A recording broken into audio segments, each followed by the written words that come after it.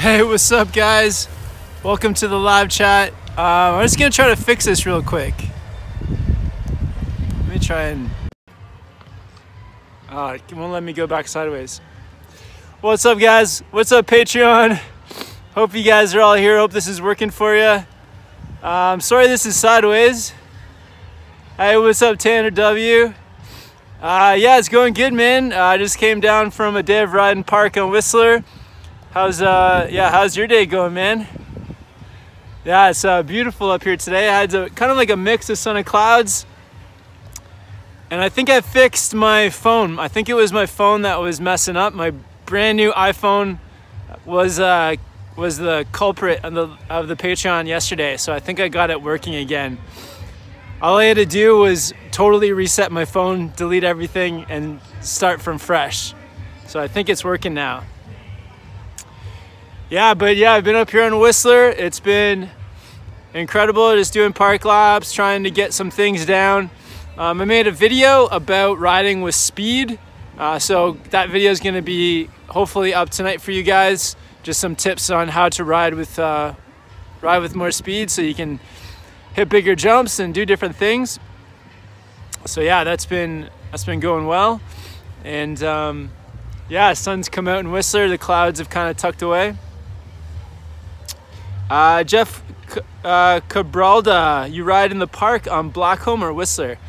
Today I was in Whistler. I thought it'd be good for a change. Usually I prefer riding in Blackcomb Park, and I probably should have rode there today too because the lineup at Emerald was pretty big. But yeah, it's fun switching up the park sometimes, and yeah, it was fun. Whistler Park's got a pretty good setup. Next time I ride park, I'll probably go check out Blackcomb though. I find the Blackcomb Park, I don't know, the vibe over there is a bit better, I think, because it's like really park focused. Like you can just take the cat skinner chair, less lines, all that kind of stuff.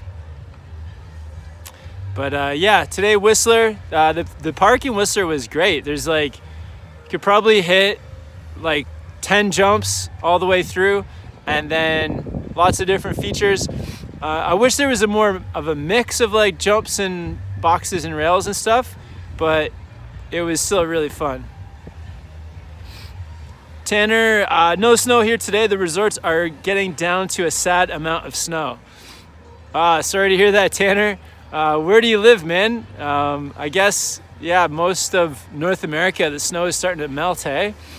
Here in Whistler, we still have like tons of snow.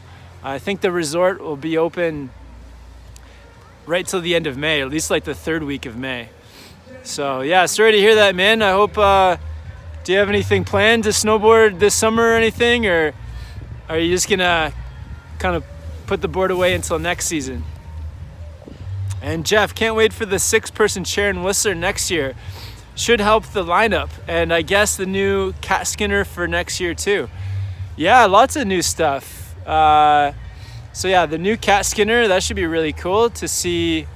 It'll be sad to see it go because yeah, it's kind of like a nice slow chair that goes over the park, so that's pretty cool. But yeah, it'll be nice to have like a new chair there. And then the new gondola where Wizard and Solar Coaster chair are, there'll be a whole new gondola there. So that'll be pretty nice to have a new gondola. And yeah, 6-person on Emerald. So I guess that means that there'll be more people on the chair and less people on the lift, or sorry, yeah, more people on the chair and then less people on the runs, and hopefully a smaller lineup. So yeah, that'll be nice to see. But yeah, we'll miss that. It's kind of funny. It's like when an old chair gets replaced by a new one, you kind of miss the old one for a season, but then after you get used to that new chair, it's yeah, really, it's pretty cool. But yeah, it's beautiful day here in Whistler. I was out on the battalion board again. Yeah, I just kind of getting used to this battalion. Lots of snow coming over the edge. Yeah, it's the battalion global warmer, so it's like it's pretty cool. It's camber, which I like. So it's nice to ride a camber board. Lots of pop for ollies and stuff. But then it's got the 3BT in the nose and tail, so it's got that. It's kind of like a spoon shape in the nose and tail, so really really friendly to butter and to press. So that's pretty nice. And I think the 3BT2 gives me a bit of extra confidence for going for board slides and things. Tanner says, trying out skating this summer, but have already torn up a pair of jeans and bruised elbows, so progress is slow. Cool, man. Yeah, skateboarding is a lot of fun. You just gotta stick with it. Yeah, you can maybe, yeah, when you're skateboarding, wear old clothes because they get torn up. And shoes too. I guess the shoes get torn up, so don't wear a nice pair of shoes. They'll get wrecked for sure.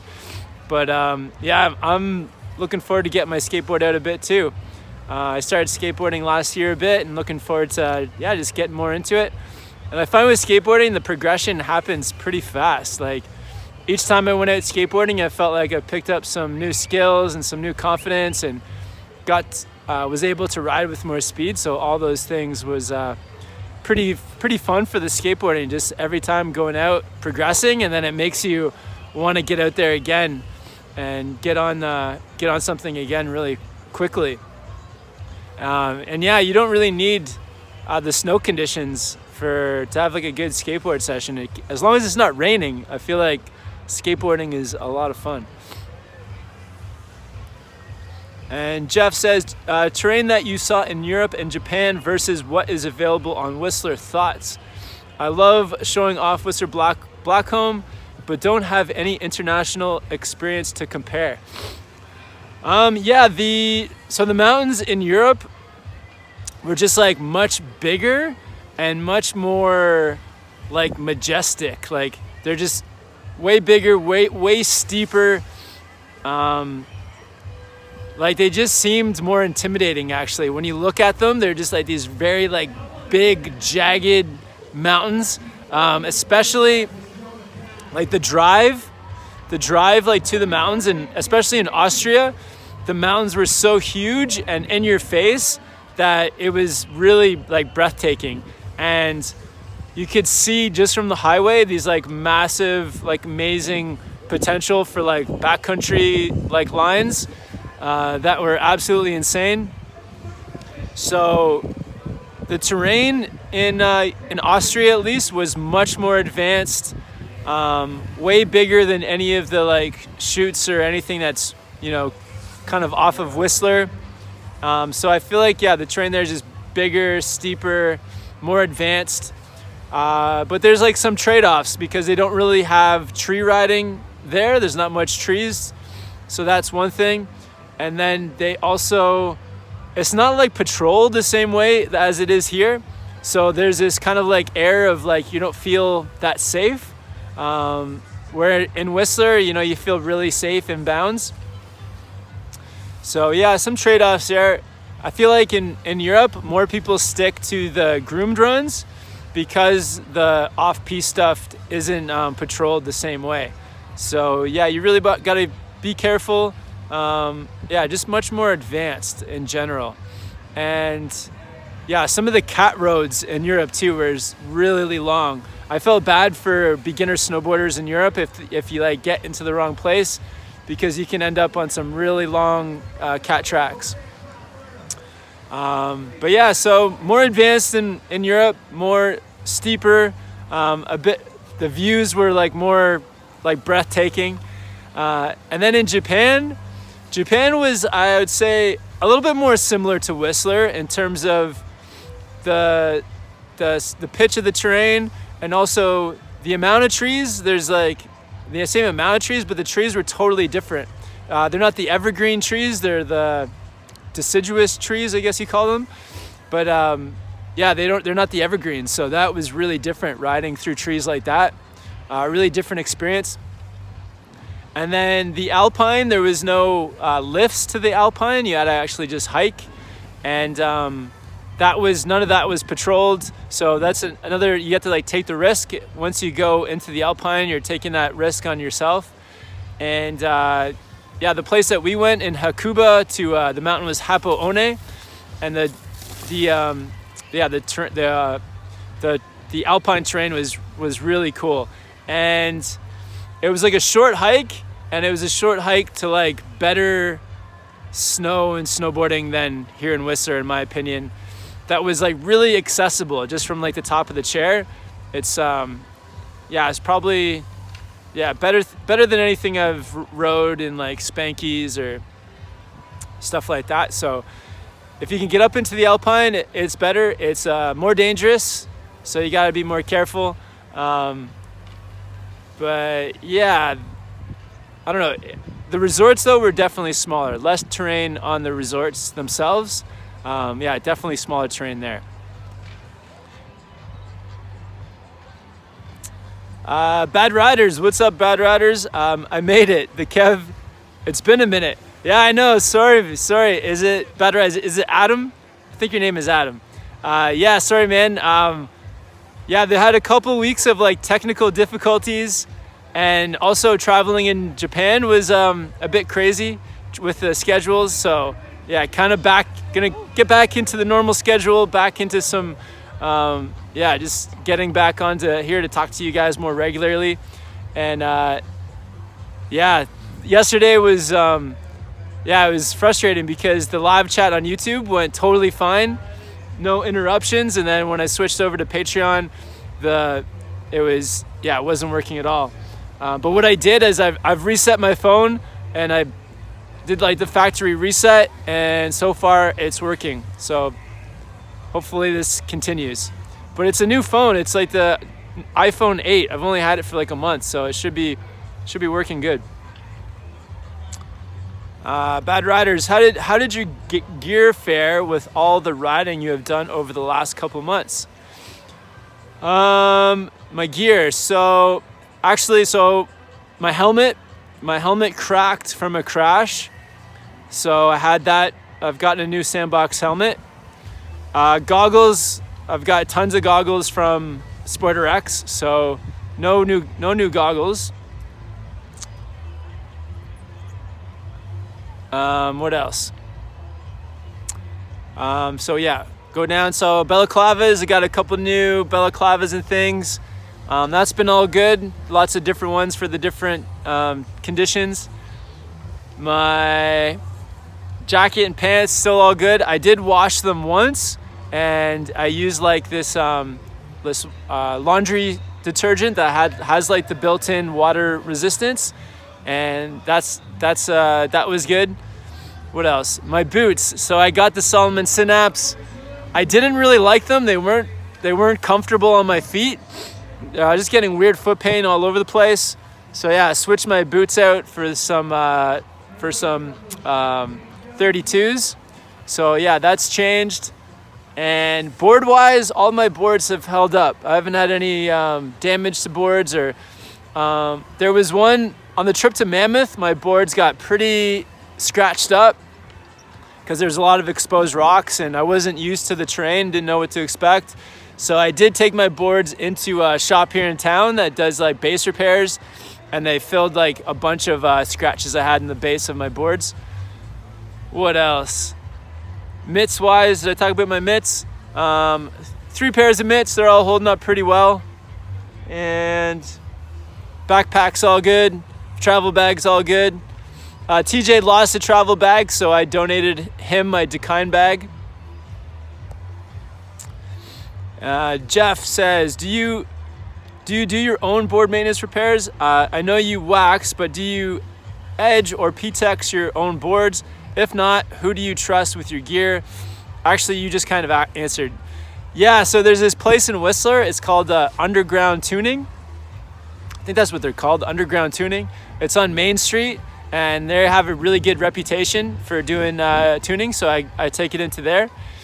And what else? Yeah, if it's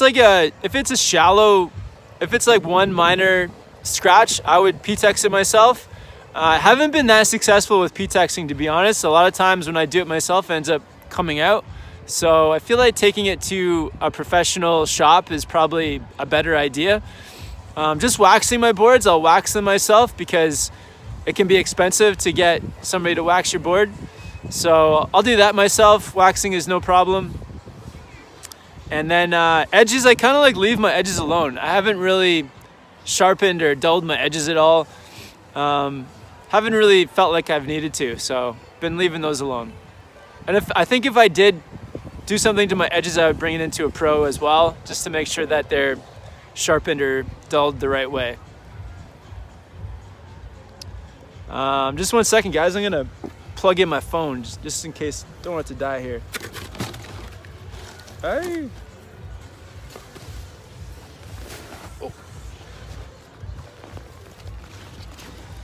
Oh yeah, some filming tips for you guys as well. Bring lots of batteries, bring chargers. I feel like I have to, I'm always changing batteries or plugging something in. And yeah, it's always, especially with these, the cold weather. All right, here we go. Yeah, if you guys are curious too, so the charger I got, it's called like a power piston. It's like really thin. And I think this does 2 charges of your phone. So this is like pretty good to have for snowboarding because it's so thin. Yeah, super thin, convenient. I just I charge it overnight most nights. I think that's working. Cool.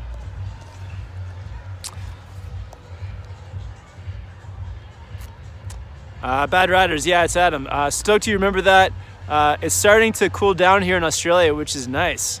Oh, very cool, man. Yeah, I think it's gonna become time pretty soon to start making the travel plans to Australia, so excited for that. I might be in Australia in August, so we'll keep you guys posted. Where do you ride in Australia? I think we'll probably be at Perisher because our season pass works at Perisher as well. So if you're down there, if you're riding in Perisher, we'll let you know. It'd be cool to do a meetup. But yeah, starting to plan Australia, maybe New Zealand. A company has reached out to us from New Zealand who do like tours and things. So I might do something with them. We'll see. And but yeah, it'd be great. The goal is to snowboard every month this year. So August and September, October. August, September, probably Australia, New Zealand, and then October, Dubai, at the indoor snow center. Jeff says, ever think about hosting a Board with Snowboard Pro Camp session? People could travel in and do some laps with you. You could partner with the travel company. Yeah, that would be cool. I feel like, I don't know, I feel like I just like, what a even better thing is to just do meetups and ride with fans just whenever I can. It's hard to like plan and schedule that kind of stuff. I don't think I'm allowed to do it either here in Whistler because, well, I guess I would be allowed to do it. It's kind of a conflict of interest because the resorts, you know, they have lessons and everything like that. So I don't know, they'd be like bypassing lessons to come ride with me. But I guess it's kind of like a gray area. I don't know if they would care or not. But yeah, no, it'd be cool to do stuff like that. I feel like the best way to do it, and because there's like fans everywhere, it's almost better for me to go to you guys. So like if I'm going to Australia, let you guys know where I'll be and when, and then whoever makes it out that week. And then if people are keen to do like a meetup and ride, then we can do that. The hard thing too is like trying to film videos every single day is that when I'm on the mountain, I'm pretty much working. I'm either working or training myself to be a better snowboarder. So yeah, to have the camera out, I don't know, it's like, I don't really want to, if people were flying all the way here, I feel like there would be a lot of expectation to like spend a lot of time with people, which is cool, but then there wouldn't be any videos. So it's like the trade-off. There's only like so much time to do stuff. Bad Riders, I might have to make a trip to Perisher as I have never been there. I've only ever hit Threadbow. Have any of the stores in Whistler started getting in the 2018-19 stock? Yeah, I've heard that Threadbow is really nice as well. I feel like maybe Threadbow is even better than Perisher, but Perisher would be free for me, so that's a draw. Yeah, I think the shops in Whistler, they're getting all their bike gear. So there's bike gear getting into the stores, and they're probably just slowly packing up their snowboard stuff and putting it away. Maybe it'll be out for a couple more weeks. Then they switch over to all the bike stuff. And they probably won't get their like 2019 snowboard stuff until next fall. So won't see anything until next fall. Usually I think what happens is they have their they try to clear out all the stock from the previous year. So they have lots of good sales on sort of October, middle of October time. Lots of good sales on the previous year's stock. And then they pull out all the 2019 gear. But yeah, I'd be stoked to get my hands on some 2019 gear and ride this summer and test some stuff out. It's pretty fun, seeing what's coming out. I know there's like the new Burton step-ons. I think there's some new versions of the step-ons. Yeah, what else is coming out? Some new Rome boards. What's that? The Warpig. Some new Warpig ride Warpigs.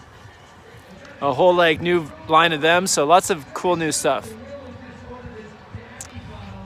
But yeah, Bad Riders, if you're down, yeah, I think it's the best way. I'll just tell you guys where I'll be, and then if you can make it out, and then we can do some laps or just meet up at the bottom of the hill or something. We'll do something like that. Jeff says, plans to travel and film other hills in BC or Canada, some peaks, Big White, Fernie, Lake Louise. You do any mountain biking in Whistler? Gotta go soon. I'll be up next week with my kids. Maybe I'll see you. Oh, sweet, Jeff. Yeah, for sure, man. I'll keep you posted on where I'll be. There for 3 or 4 days. I'm going to Oregon next week, but I'll definitely be in Whistler from now until Thursday. And then I'm gone for 3 or 4 days, and then I think I'm back again.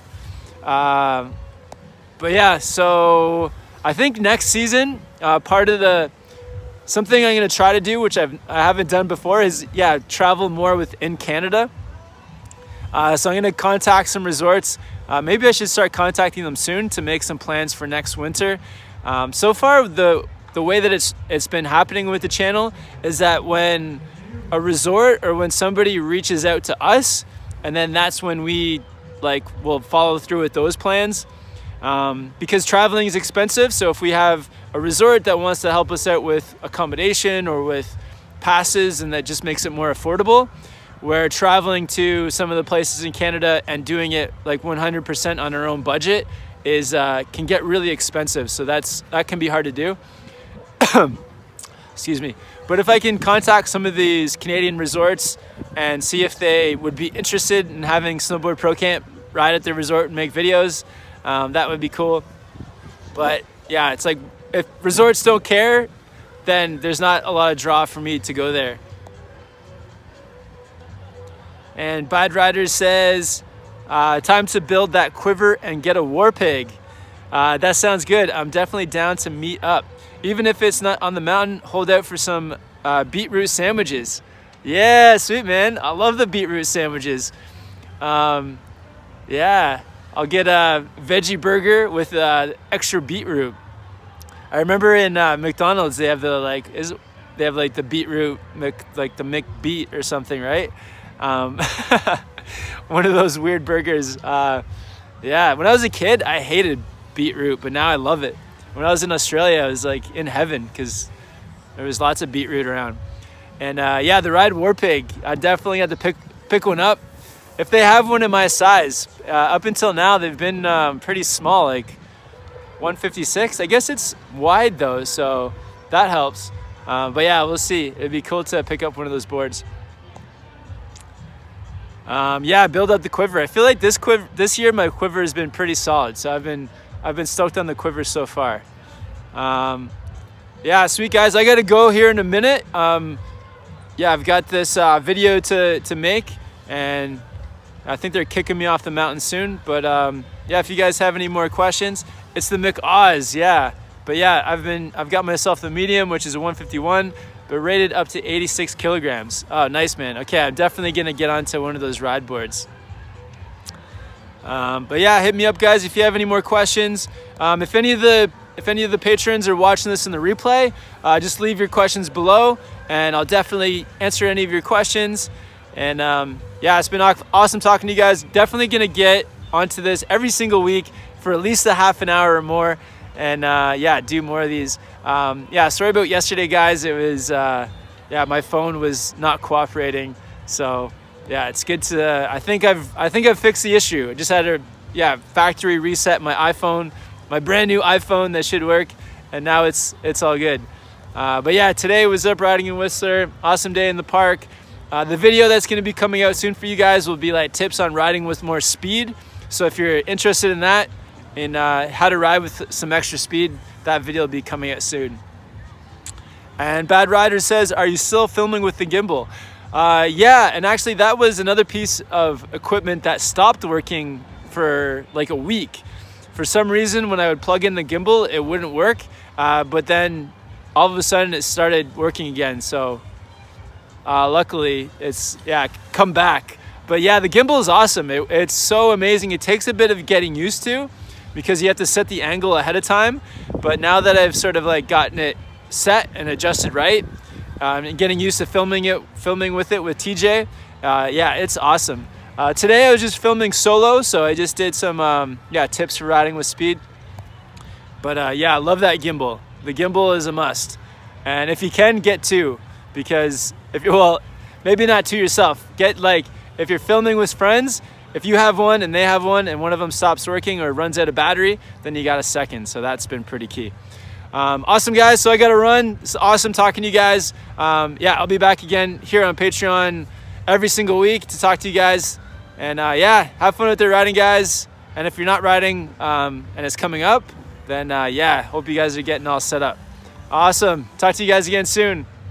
See ya.